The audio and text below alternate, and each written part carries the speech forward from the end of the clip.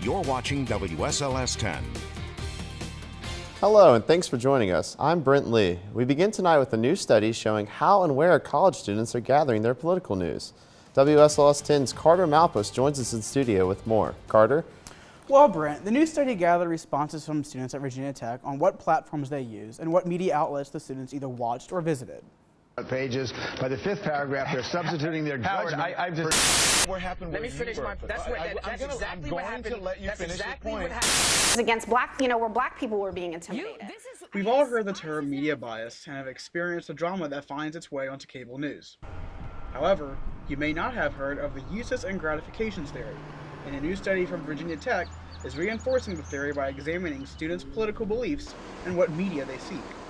The theory is based on the belief that people have their own specific needs and seek out certain media to satisfy those needs. In this case, those needs are reading and watching news that confirms their own political beliefs. Students say they look at both sides. However, the results of a 110-person survey of Virginia Tech students says otherwise. I'm kind of the person that I think that it's better to look at different sites from different point of views so that you can kind of find that common ground between everything. Because usually, if you find something that's the same in both sites, it's probably going to be true. I'm not opposed to looking at other sites to see other views. I think that's always interesting. But I mostly look at websites that align with my views. Of those surveyed, 46% identify themselves as liberal, and 21% identified as being slightly liberal. Conversely, 28% identified as being conservative, and 13% identified as being slightly conservative. The remaining 19% were moderate.